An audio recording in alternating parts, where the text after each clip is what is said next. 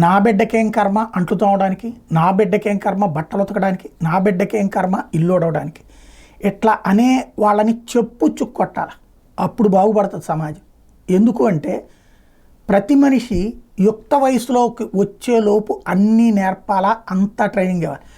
ఆడైనా మగైనా సరే కష్టపడటం నేర్పాలి.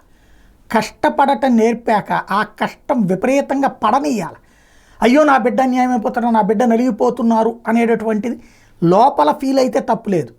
కానీ అవతలని పని చేయనీయకుండా మొగుడిని సతాయించునో లేకపోతే పెళ్ళాన్ని సతాయించునో ఆ పని అంతంటే ఇక్కడ భర్తలు ఏం చేస్తున్నారు, భార్యతో గొడవపడి నువ్వు దాన్ని ఎందుకు ఇచ్చేపిస్తావు ఆపే అంటున్నారు.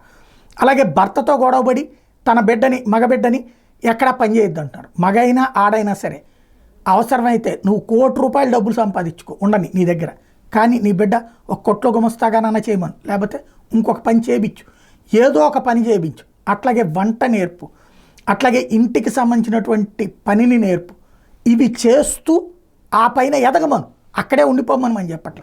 పైకి ఎదుగు ఎదుగు ఎదుగు ఎదుగు ఎదుగుదల జీవితంలో భాగం. ఇవాళ రోజున ఇక్కడ ఎంత గొప్పగా చదివినా అమెరికాకు పోతే ఏం చేస్తున్నారు, ఎవరింట్లో దాళ్లే ఊడ్చుకుంటున్నారు, ఎవరి దాళ్లే కడుక్కుంటున్నారు. విదేశాలకు పోతే ఎందుకని, అక్కడ వీళ్ళ జీతాల కంటే ఆ వచ్చేటటువంటి పని వాళ్ళకి ఎక్కువ ఇవ్వాలి. రాబోయే తరాల్లో కాబోయేటటువంటి అతిపెద్ద కష్టంగా అదే ఉండబోతోంది. పని మనుషులు దొరకరు, రోబోలు చాలవు, భరించలేం.